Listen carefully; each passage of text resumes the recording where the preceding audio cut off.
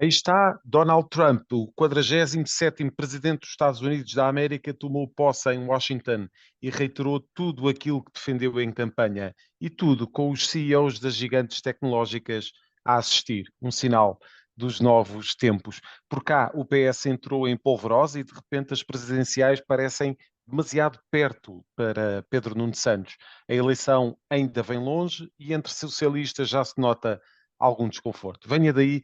Bem-vindo ao episódio 162 de Maquiavel para Principiantes, um podcast do Jornal Económico da autoria do especialista em comunicação, Rui Calafato. Olá, Rui, muito bom dia. Então, Estamos a gravar uma terça-feira e vamos a começar por falar do ambiente que está instalado no PS em torno das eleições é presidenciais e verdade. das autárquicas também. Sim, bom dia a todos. Sim, pode-se retratar aquilo como fervorosa do PS, sobretudo mais por causa até das presidenciais. Das presidenciais nós já vimos, ah, e aliás até dá para perguntar porque é que há tanto ódio contra António José Seguro, porque há uma série de gente, vários setores do PS, que parece que se estão a mobilizar, como aliás disse Francisco Assis, até numa nota que enviou à comunicação social a dizer que havia umas manobras de gente a tentar perturbar a candidatura de António José Seguro. Bem, as pessoas que perturbam a candidatura de António José Seguro são os seus irmãos de sangue. Não é ninguém do PSD, nem é o Almirante, quer dizer, é o PS. E, Certo. portanto, o PS está em polvorosa, porque depois daquela entrevista do Augusto Santos Silva, disse logo o que tinha a dizer. Se retirarmos bem aquilo que ele disse na entrevista que deu à RTP2, é simples. António José Seguro não serve, não tem os requisitos mínimos. E perguntaram, mas porquê? Resposta, só diz banalidades. Bem, ó meus Exato. amigos, quantos candidatos a Presidente da República não vão dizer um montão de banalidades? É o que vamos ter mais, Vamos ter mais. provavelmente. Portanto, Augusto Santos Silva diz que o requisito diz só banalidades. Quer dizer, todos vão dizer banalidades. Aliás, quando se candidatam a Presidente da República, é quase um desfile de Miss do Universo. Santos Portanto, Silva também esperava que o universo tivesse conspirado para que provavelmente ele apresentasse uma candidatura, mas neste momento isso parece um cenário completamente bem, colocado de parte, não é? repara, não está de parte porque ele foi muito claro, e é isso que era a segunda parte que eu ia Certo. apontar, Uhum. que é, repara, ele disse o seguinte, ele diz o outro não tem condições nenhumas, a pessoa diz banalidades, mas António Vitorino reúne todos os requisitos. E depois garante que nunca será candidato contra António Vitorino. O que é que ele quer dizer? Se o António Vitorino não for candidato, Avança eu, Santos Silva. claro, eu tenho os requisitos contra o tipo que não tem requisitos, que só diz banalidades. É o que vai dizer Augusto Santos Silva. É a diferença entre o que diz as banalidades e o que não diz banalidades. É assim que se posiciona. E Portanto, Rui, não diz, pertencendo ao PS, Pedro Adão e Silva veio acusar Pedro Nuno Santos de gerir todo este processo de forma atabalhoada. sim, epá, repara, o grande problema, como tu te lembras, foi no dia em que ele deu a entrevista à CNN, e onde foi João Paulo Marinheiro que lhe fazia entrevista, e tudo são presidenciais, depois começa a dizer um montão de personalidades. Falou de Ana Gomes, de Vitorino, de António José Seguro, já ninguém falava em António José Seguro há 10 anos. Quem falou em António José Seguro foi Pedro Nuno Santos. Falou de Mário Centeno, que já lá iremos tratar, etc. Ele é que lançou uma série de nomes. Augusto Santos Silva, Vitorino, sei lá, Carlos César, etc. E agora está a levar com os estilhaços. Claro, agora caiu tudo em cima assim. Mas é uma coisa que é importante, também gosto de salientar isto. É assim, eu continuo a entender, e direito, provavelmente, depois já iremos lá na parte de mídia, que eu esqueci-me de pôr aqui uma nota, já falaremos, por Uhum. causa da minha agenda, as novidades sobre a minha presença na televisão, que agora já posso dar. Eh, Quer dizer, a verdade é esta, Pedro Nuno Santos está, efetivamente, ele não está sob pressão nas presidenciais, nem o Luís Montenegro, porque as eleições presidenciais dependem de quem quer ser candidato. Exatamente. Portanto, depois adapta-se, depois o partido ou apoia ou não apoia. Olha, o PS, durante as duas últimas eleições, decidiu não apoiar ninguém. Primeiro entre Sampaio da Nova e Maria de Belém, nunca chegou a dizer quem era, estive para apoiar Sampaio da Nova, mas como depois a Maria de Belém, que tinha sido presidente do PS, no tempo de António José Seguro, avançou, depois não apoiou ninguém. Da segunda vez foi um silêncio cínico, porque o António Costa decidiu não apoiar ninguém, a confiar na relação que tinha com Com Marcelo Belém. Rebelo de Sousa, exatamente, Exato. e portanto aparece Ana Gomes, e que teve 12% e André Ventura 11,9%, foi assim os resultados das últimas eleições. Uh, e por isso eu digo-te que aqui não é o grande problema dos líderes partidários. Eu acho que o grande problema dos líderes partidários depois será, de facto, as autárquicas. Aí é que há ganhos e perdas diretos. E Não com é o nas orçamento metido pelo meio presidenciais também. e com o orçamento metido pelo meio, portanto vai ser um caldinho, que também, diga-se de passagem, que ajuda a própria. Se houver a baderna, ajuda quem? Ajuda o Almirante, figura da autoridade, que vai pôr tudo na ordem, portanto, se houver caldeirada, tanto no PS, PSD não me parece que haja, mas depois com autárquicas, com certeza que isso favorece o perfil de Henrique Gouveia e Melo. Ora bem, e por isso é que eu continuo a entender, como te lembras da última sondagem, eu não acredito naqueles barómetros, como todos vocês já sabem, mas há tendências que têm que se ver. Portanto, tu tinhas, a seguir ao Gouveia e Melo, tinhas dois nomes, que eram exatamente os consensuais, à esquerda e à direita, que era António Guterres e era Pedro Passos Coelho. A seguir, quem é que estava? Ou aquele que me parecia que é aquele que tinha mais condições para ser um candidato forte contra o Gouveia e Melo. Quem era? Mário Centeno. Mário Centeno, que de repente, Saiu de cena. depois de tantos joguinhos, que são um bocadinho incompreensível o porquê de numa entrevista à RTP3 dizer que não é candidato. Eu, se ligasse a alguma teoria da conspiração, que não ligo, até era capaz de tentar ver o que é que estava ali por trás daquela decisão. Mas, sobretudo, posso já dizer que foi uma enorme parvoíce. E é uma enorme parvoíce do próprio, em todos os sentidos. E porquê? A partir do momento, como tu te lembras, no dia em que ele diz, na RTP3, que não é candidato presidencial, o que é que saiu no dia a seguir? Várias fontes do governo a dizer vai ao ar no Banco de Portugal, até já se falava de nomes, Vítor Gaspar, falou-se mais do Álvaro Santos Pereira, do Ricardo Reis, que aparece às vezes a comentar na Uhum. televisão. Portanto, o que é que eu quero dizer? Quando tu tens, ora, aí está um bom exemplo daquilo que eu já disse, Maquiavel para principiantes. Meus amigos, uma lição. Quando estão num lugar em que quem tem que dar o apoio não está convosco, vocês têm que solidificar o lugar. E ao solidificar o lugar, se disser assim, eu tenho duas hipóteses. Eu estou à espera de ser reconduzido pelo governo, porque tradicionalmente o governador do Banco de Portugal é sempre reconduzido por segundo mandato. Sempre. Mas já havia dados que não. Como é que era a melhor maneira de tentar blindar o meu lugar? Era exatamente continuar a prolongar a narrativa, a novela de que podia ser candidato presidencial, até por ter uma saída boa.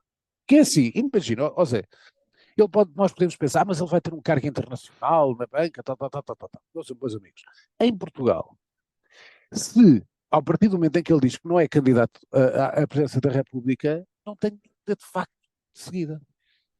Se tu continuasses no lugar e arrastasses a situação, se calhar era como Gouveia Melo. Lembras-te do que é que se passou com Gouveia Melo? Se o governo, depois o Presidente da República, por indicação do governo, continuasse o filme e quisesse controlar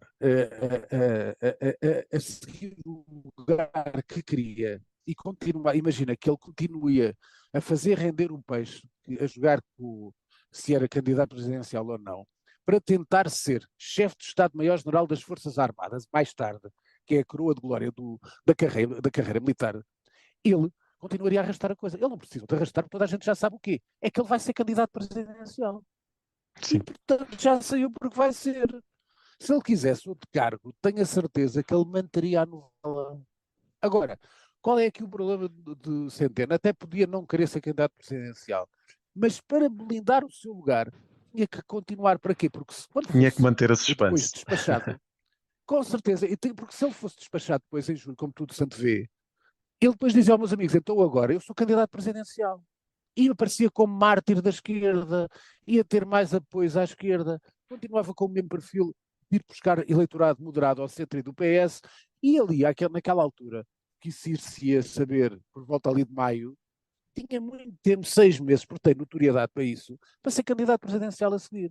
Assim, com esta declaração na RTP3, perdeu já a possibilidade de ser candidato presidencial, porque não pode Já não agora pode vir voltar dizer, atrás. meus amigos, fui empurrado, não fui empurrado, então não dizia que não. Para ser presidente da República não podemos andar aqui a fazer estes joguinhos. E depois para o Banco de Portugal ele não tem valor nenhum.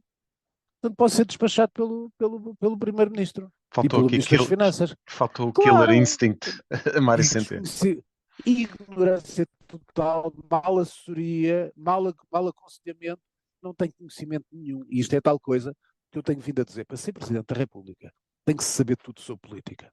Mário Centeno faz muito bem, é um tipo simpático, tudo mais, é um excelente ministro das Finanças, o seu papel do Banco de Portugal pode ser distinguido ou não, mas, meus amigos, não percebe nada de política. Exatamente como o Gouveia Mel não percebe rigorosamente nada de política. E é por isso é que são estes os erros, apesar de eu dizer que este era, dentro da esfera do PS, possivelmente o candidato mais forte contra Gouveia Melo, não quer dizer que ele fosse o melhor político contra Gouveia Melo. Estou a dizer era aquele que teria mais condições. Agora, tanto um como o outro não percebem nada do sistema político, não percebem nada da política, dos movimentos e equilíbrios da política, e por isso é sempre um risco. Faltou a Mário Centeno uma leitura provavelmente do teu livro, mas vai sempre a tempo de ler, que é para ver, para ficar com umas dicas relativamente às suas movimentações.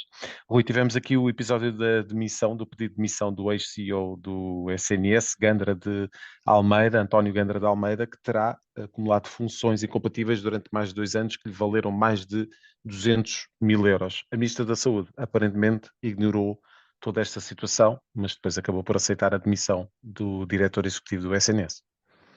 Olha, vamos lá ver uma coisa. Vamos aqui recuperar a minha memória. Eu disse desde o início, ainda não falei em televisão sobre o Gandar de Almeida, que na semana passada não estive cá e, portanto, não falei, mas provavelmente esta semana irei falar em televisão. Mas ficam aqui a ouvir a primeira mão. Ora bem, eu sempre disse desde o início, quando foi a escolha, a substituição de Fernando Araújo por Gandra de Almeida, disse-o em antena e disse-o aqui, que era a troca da obra-prima do mestre pela prima do mestre de obras. Só que a diferença é que ficámos agora a saber que é uma prima do mestre de obras ricas. E porquê? A diferença é que Fernando Araújo é um grande nome da gestão, fez um grande trabalho no Norte para depois ser diretor, CEO do Serviço Nacional de Saúde. Este Gandra de Almeida é mais um militar, como não se, é importante dizer isto, é militar, ele é que aparece de fatinho e gravata, mais um militar. Acham que agora há aqui sempre aqui uma solução para tudo, que é tudo, basta ser militar que é a panaceia para todos os problemas.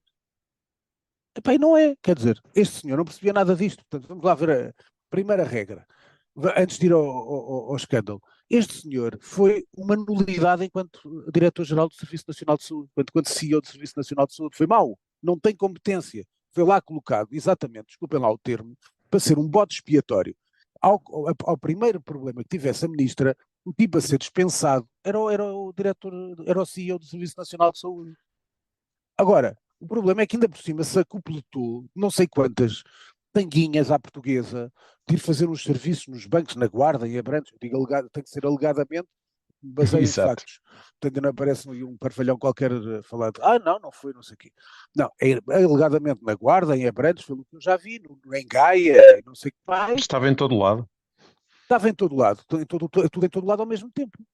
Exato, parece portanto, o filme. Desculpa lá o filme, e portanto, este tipo, além disso, era incompetente. Aliás, posso contar só um pormenor para vocês rirem. Este indivíduo, eu nunca falei com ele na vida, e portanto não o conheço. Mas apanhei uma vez na CNN. Epá, e deixa-me contar-vos isto, a maior parte dos. Ficam a saber isto também, uma coisa de bastidores. Nenhum grande político, nem menor político, habitualmente os assessores não vão para dentro do estúdio.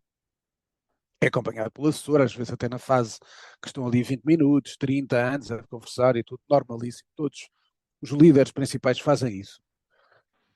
À exceção de um líder político, que foi o Bloco de Esquerda nas europeias, a Catarina Martins, levou para lá um assessor lá para dentro do estúdio, não sei se estava com medo de alguma coisa, mas nada lhe aconteceu, presumo eu.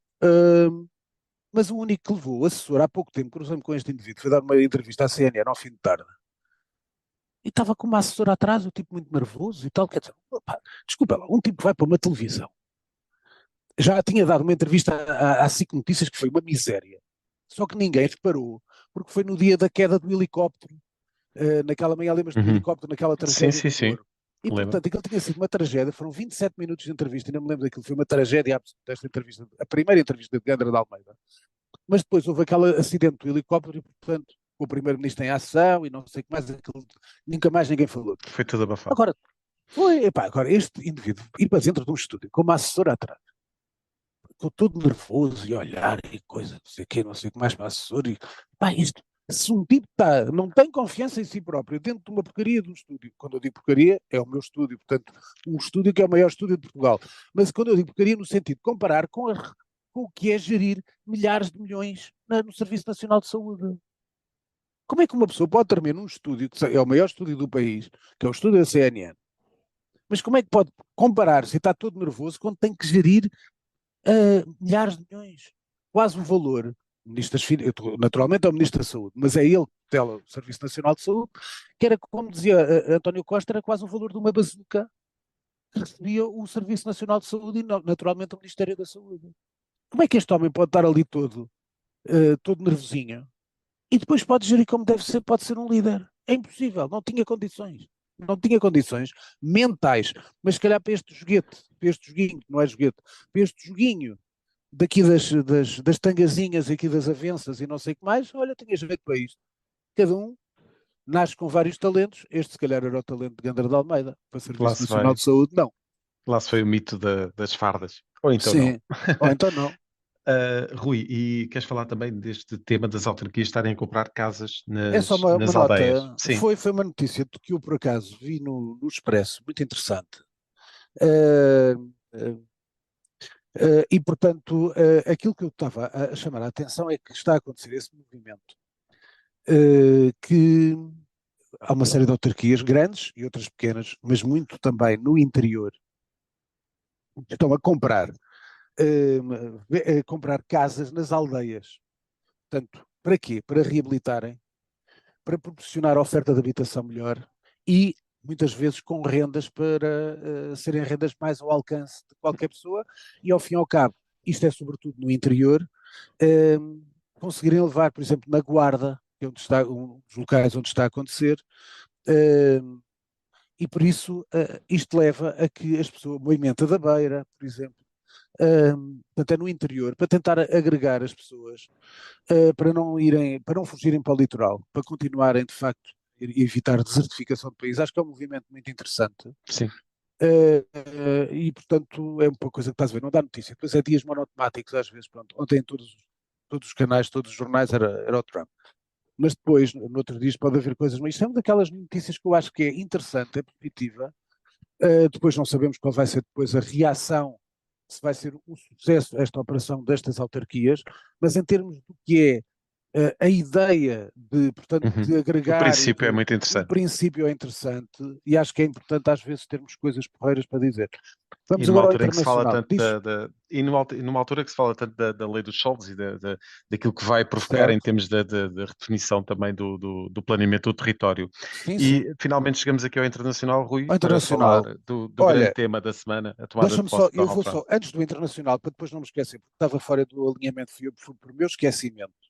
Portanto, vou já dizer, relativamente às novidades agora da minha presença em televisão, já vos posso Uhum. dizer que será assim. Portanto, eu tinha o sem agenda à segunda-feira às 19 horas.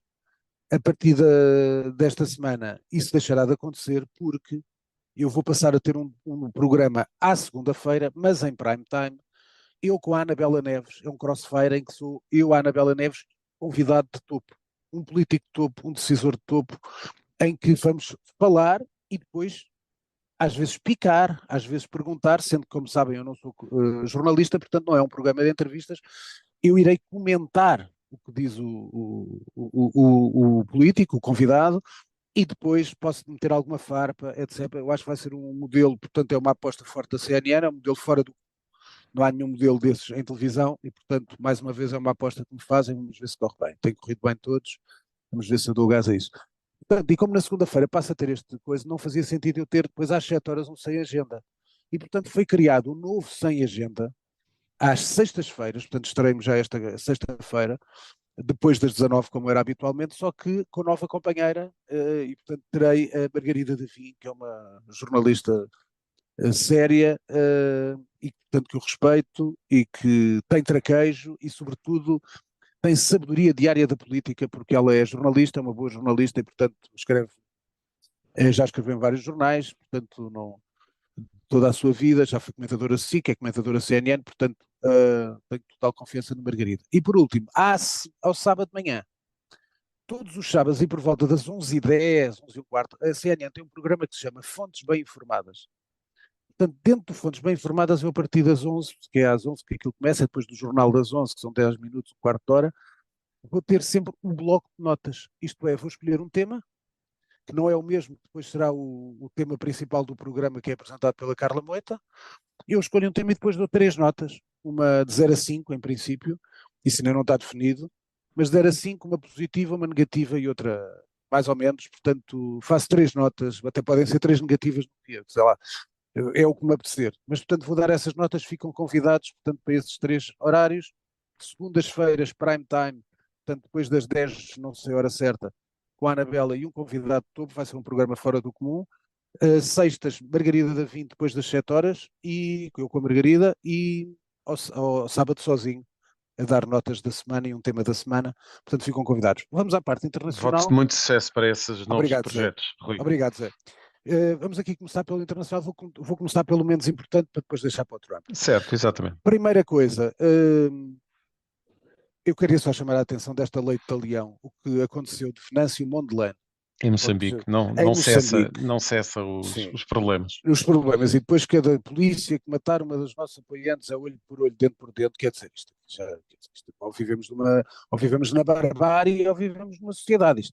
Portanto, Venâncio Mondlane pode ter todos os direitos de protesto contra a Frelimo, não pode andar a puxar pelas mortes de cidadãos, de pessoas. E, Sendo que o próprio portanto, apoio político a Venâncio Modelano também se está a extinguir um pouco, mas agora procura está, compensar com o poder na rua, não é? e até a nível internacional. Exatamente. Por causa exatamente destas questões que tu não pode fazer isto. E, portanto, neste momento está a fazer desacatos na rua para mostrar algum poder quando tinha outra maior legitimidade em termos democráticos para mostrar os seus pontos e não o está a fazer. À parte do Trump. Bem, vamos começar pelo Trump então. Desculpem lá, como vocês sabem, eu respeito toda a gente, mas de facto no meu mundo eu tenho que dizer, e como sabem não sou nada de politicamente corretos, nem muito menos do wokeismo. Aliás, Javier Milei, no jantar com os latino-americanos no dia antes da tomada de posse, apelou a que se continue o combate contra o wokeismo. Não quer dizer que eu seja grande adepto de Javier Milei, não sou, mas a parte do wokeismo concordo com ele. Acho que eu e qualquer pessoa racional não gosta de casos, de assuntos radicais. E o wokeismo, aliás, é um tema importante. Até ainda há pouco tempo um politólogo americano dizia isso, que o Partido Democrata tem de moderar-se e não cair nos braços do wokeismo, porque o wokeismo é um movimento pouco inclusivo e que a esquerda tem que ser inclusiva e não ir para os extremos. Portanto, vou começar com anti-wokeismo, dizer uma coisa. Ponto alto da cerimónia, Melania Trump. Acho que voltou a elegância à Casa Branca. É um gestor de mulher, tem que se dizer a verdade. Peço imensa desculpa se afeta as pessoas. Eu gosto de mulheres, portanto, não tenho orgulho nisso. E, portanto, acho que a Melania Trump é de facto o regresso. Aliás, ainda há pouco tempo, há 2 semanas, num jornal, qual é que foi? Acho que foi americano. Num jornal americano eram ouvidos uma série de consultores de estilo e lifestyle, de facto, com essa grande expectativa que era o regresso de ter uma mulher com uma capacidade de estar na moda na Casa Branca. Portanto, quase um bocadinho, sendo ele um homem do Partido Republicano, ser a Melania o regresso um pouco à Jacqueline Kennedy e ter-se de facto tornar-se um ícone de moda. Portanto, ontem, neste capítulo, acho que foi cumprido já o primeiro requisito. Ponto. Agora vamos ao que interessa. Isto era uma pequena brincadeira, mas tem que ser. Sim, com aquele chapéu icónico que parecia Sim, magnífico. um chapéu anti-beijo. Elegância. Sim, elegante, total. Podia ser, podia ser. Mas a gente não sabe nunca depois a semiótica o que é que ela leva a essas coisas. Atenção. Bem, Exatamente. mas agora vamos à coisa. Eu acho que Donald Trump fez um discurso perfeitamente. Ainda hoje, quem abre o Expresso, eu abri o Expresso há bocado, online, e vejo um comentário, não me lembro quem o comentou, a dizer que o discurso de Trump foi um monte de imbecilidade. Eu não vi imbecilidades nenhumas. Eu vi algumas coisas. O que é que pode ser imbecil para as pessoas? Vamos mudar a coisa do Golfo do México para o Golfo da América. Ok. Mas isso não é imbecilidade. Tudo o que está a ser feito, como disse a Giorgia Meloni, Trump tem um propósito. E quando ele fala na Groenlândia, no Canadá no Panamá, é uma guerra, como eu disse ontem na CNN, no final de tarde. O propósito é um propósito comercial, é uma guerra comercial com a China, como eu já tinha dito aqui. E, portanto, o discurso do Trump foi totalmente para a sua base eleitoral. E depois explicar a estas aulas Eu ouvi alguém na televisão dizer que havia temas que não foram tocados, nomeadamente não tocou no seu discurso no assunto da Ucrânia. Oh, A meus guerra da amigos, Ucrânia. pois, mas é que isto é a tomada de posse do presidente americano e Donald Trump, ao contrário destas sumidades, vive na América. E como tal, para os americanos, a Ucrânia não é uma prioridade. Esta gente ainda não percebeu isso. Ainda não perceberam que houve americanos que votaram exatamente em Trump, porque tiveram cansados, muitos no desemprego, com as suas indústrias a cair e constantemente injeções de capital para a Ucrânia, injeções de armamento de milhares de milhões para a Ucrânia. Trump compreende os seus. Trump compreende os seus. E cá em Portugal, os portugueses não são americanos. Ou sabem pensar como o Trump e conhecer um bocadinho da América, ou então, pá, estejam caladinhos. É tal coisa, nunca dizem nada, só dizem coisas azaradas. Falham sempre. Portanto, o que Trump estava a fazer, e está a falar para os seus, tanto a questão da imigração, o Make America Great Again, o que vamos ser muito fortes, vamos voltar à economia. Donald Trump vai pôr a economia a funcionar, já estava com índices de recuperação, com agora na fase terminal de Joe Biden. Mas o Trump vai pôr a economia a funcionar. Como a economia a funcionar, vai ficar tudo bem. Depois, olha, ainda não tinha tomado posse, já teve, foi a sua força, foi a sua, foi o seu músculo que impôs quase o acordo de paz entre o Hamas e Sim. Israel. E agora se consegue na Ucrânia. Vão-lhe dar o Nobel da Paz, como deram ao Obama logo a correr. Há quem É diga que esta coisa que esse é o seu grande é o propósito. objetivo. Sim, por isso ele próprio disse no discurso que era um peacemaker, queria ficar na história como um gajo fazedor de paz. E, portanto, eu acho que isto é muito interessante. Agora que nós vamos ter combate económico, vamos ter protecionismo americano, claro que vamos ter. Agora, também quero dar uma nota sobre esta questão do. Há muita gente citada, como os Elon Musk e os Zuckerberg, e Bezos e não sei o quê. Ora lá, uma pequena reflexão. Joe Biden despede-se no último discurso a falar do medo das oligarquias, certo? No discurso final de Joe Biden. Mas há aqui um problema, foi o Partido Democrata que as perdeu. As oligarquias de Silicon Valley tiveram sempre com o Partido Democrata. Com quem é que teve o Bill Gates? Não andamos aqui a enganar as pessoas, ou quê? E, portanto, vem aqui uma série de patós falar o perigo das coisas. Eles vão querer ganhar dinheiro. Todos. Jeff Bezos, Elon Musk, Mark Zuckerberg querem ganhar dinheiro. Aí a diferença aqui na evolução destes três é do Zuckerberg. Porquê? Porque percebeu que os outros dois estavam mais próximos de Donald Trump e, portanto, aproximou-se e sentiu o zeitgeist, como eu disse na semana passada, o zeitgeist, o espírito do tempo, e voltou ali para o Donald Trump, que já viu que é ali que vai ganhar dinheiro. O TikTok, a mesma coisa. O líder do TikTok esteve na cerimónia de posse dos Estados Unidos, do presidente dos Estados Unidos. Vai ver. Agora depois, queres apostar comigo que se calhar vai entrar a capital de algum destes três para o TikTok? Se calhar vai acontecer. Sim. Ainda não perceberam bem o filme, mas os patós estão todos preocupados com esta questão, que pode acontecer do chamado tecno-autoritarismo, que era uma expressão que o Helmut trouxe há 2 semanas, que eu disse aqui. Só que é esta questão de eles estão a fazer negócios. Elon Musk tem negócios com a China. Agora, quem é que faz parte das pessoas? As pessoas são todas otárias. É a pergunta que eu dou. Esta gente que faz estas críticas acha que todo o mundo é tudo feito, criado de ovelhas e que são todos estúpidos. Então as pessoas não sabem escolher o que é que querem ler. As pessoas serão sempre enganadas. As pessoas não leem um jornal, não têm maneiras de ter informação. Nós é que temos de ter a nossa consciência para ver quando nos estão a tentar enganar. Isso chama-se inteligência. Fazer essa triagem, não é? Chama-se inteligência e bom senso. Agora vem para aqui com patetices, pá, os patós habituais a falar do coisa e do Trump e tal. Vamos ver o que é que dá. Porque depois as pessoas, é aquilo que eu digo sempre, melhor do que tudo é a decisão das pessoas. Se diz-me assim, mas as pessoas já erraram no passado, já meteram o Adolf Hitler no poder. Erraram. Agora, meteram o Adolf Hitler no poder porque os poderes roeram todos, foram todos corroídos. E não havia nenhum magnata, nem nenhuma figura, nem Elon Musk, nem Zuckerberg, nem nenhuma das grandes figuras dos mídia contribuiu para a ascensão do Hitler. Isso é uma treta. Isso foi mesmo os poderes que houve uma corrosão dos poderes.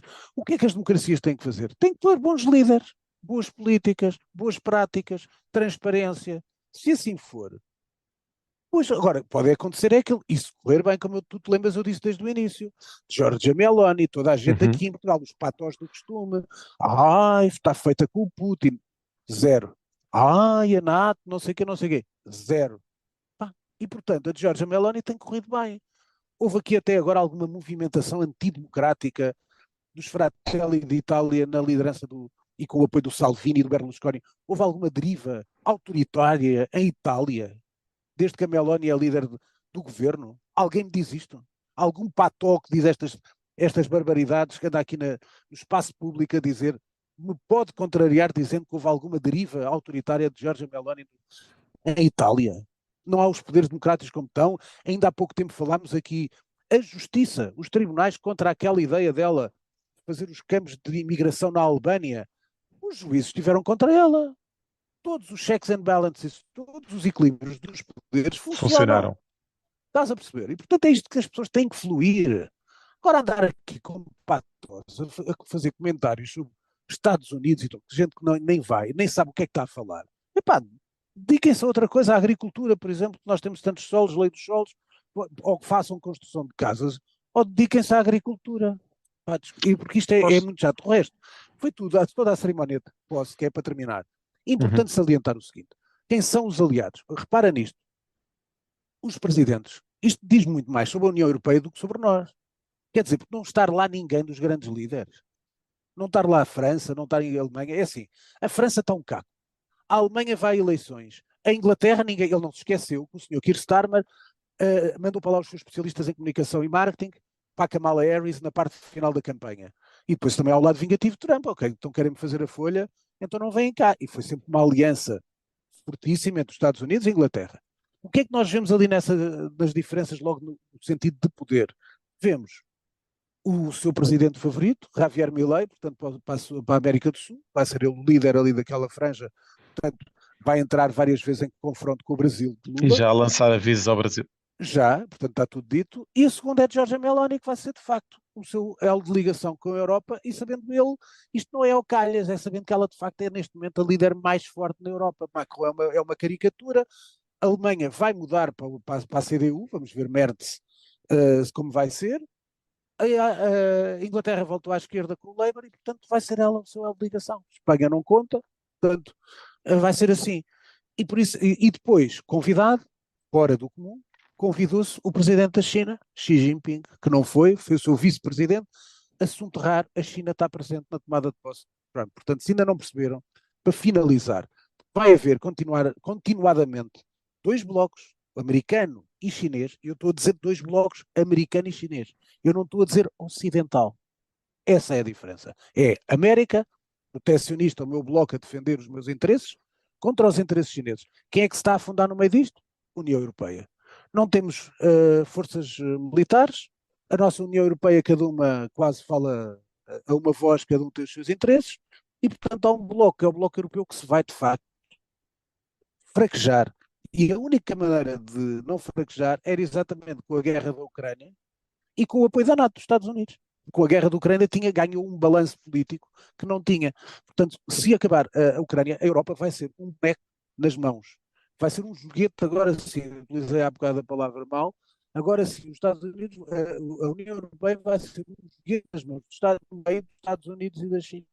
É o que vai acontecer. Se ainda não perceberam isto, tenho paciência, tenho pena. Rui, passamos para as tuas sugestões culturais. Aqui às sugestões. Olha, eu só queria dar uma palavra pela morte do David Lynch. Certo. Toda a gente se lembra do Twin Peaks, Uhum. mas grandes filmes, Mulholland Drive, Estrada Perdida, que eu adoro, Blue Velvet, portanto era um grande criador. Séries, vou só recomendar uma que já vi, aliás já pus nas redes sociais, é a primeira grande série saída em 2025, que é o American Primeval, que é na Netflix, que é sobre a ascensão e como é que foi a criação no Montana da América entre Mormons, índios e tal, aquilo, uma violência, uma barbárie total, mas que era assim a América. E portanto toda aquela questão do nosso território, o que é a América, aquilo que, que são as raízes, aquilo é excepcional, é uma série excepcional. E vou sublinhar que se estreia na terça-feira na plataforma Filmin, uma série letã que se chama Soviet Jeans, que é sobre um indivíduo que era instala uma fábrica de calças de gangue ilegal. Portanto, toda a gente tem dito muito sobre esta série. Estreia-se terça-feira na plataforma Filmin. Depois, aquele livro já trouxe 3 brasileiros, que aliás ainda estão dentro do pacote de plástico. A Extraordinária Zona Norte, o Alberto Mussa. Este livro o Tony Bellotto, este é o Vento em Setembro, de Tony Bellotto. Tony Bellotto é mais conhecido porque era o guitarrista dos Titãs, ainda mais conhecido por ser marido de uma das mulheres, para mim é uma das minhas musas, que é a Malu Mader, todos nos lembramos da brasileira, Malu Mader, e ele era escritor de policiais, portanto ele é um grande escritor brasileiro hoje em dia, vende bastante no Brasil, e este é o Vento em Setembro. E por último, isto é um livro, isto é tudo comprado na livraria da Travessa, para seguir a minha jornada. São sobre os 80 anos do Chico Buarque. Portanto, fotos, a biografia. Está lá o outro livro do Chico Buarque, portanto, é a história das canções do Chico Buarque, cada uma delas, também recomendo. E, portanto, ficam com estas sugestões, acho que não são más. Para terminar, excelente recomendação. Vamos à pergunta da semana. A pergunta da semana é tão ridícula que, de facto, é uma daquelas coisas que ninguém comenta. Porque é tão ridículo que tem que se perguntar isto. É quando é que acaba o deboche também na RTP? Então é assim. Eu acho que às vezes as pessoas, eu às vezes não escolho notícias mais caricatas, portanto são coisas mesmo estúpidas. Portanto, a RTP assinou contrato, reparem do valor, de 109 mil euros, 109 mil euros, para ter um canalizador permanente. E, portanto, o que é que quero que eu diga? Epá, o edifício é muito grande, a Marechal Montes Gomes da Costa, é uma coisa gigante. É. Mas há problemas de canalização a toda a hora. Para ter um canalizador permanente de 109 mil euros.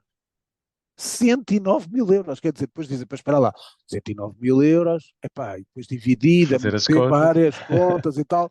Quer dizer, mas é ridículo. Quer dizer, então um prédio que não tem tantos anos como isso, como tu te lembras, foi um prédio quase construído de raiz, para a RTP Palácio, da 5 de outubro, que hoje, a 5 de outubro, que já tem muito mais anos, como vocês imaginam, aquele prédio hoje é um hotel de 4 estrelas, quer dizer, que faz um prédio novo. E para aí, não sei, 2 décadas, já tem problemas de canalização permanentes, que é preciso um canalizador por 109 mil euros para a RTP. Isto não é caricato. Isto é um país perfeitamente ridículo. Sobretudo, porque depois dizias-me assim, isto é uma história, isto era na média capital, ou era na empresa. Não, isto somos nós que estamos a bancar. É por isso é que eu chamo a atenção. Então não, há um problema, chama-se um canalizador, se calhar paga-se 35 euros à hora. Agora, 109 mil euros permanente. Epá, desculpem lá. Acho que é andar a brincar com o dinheiro todos nós, sinceramente.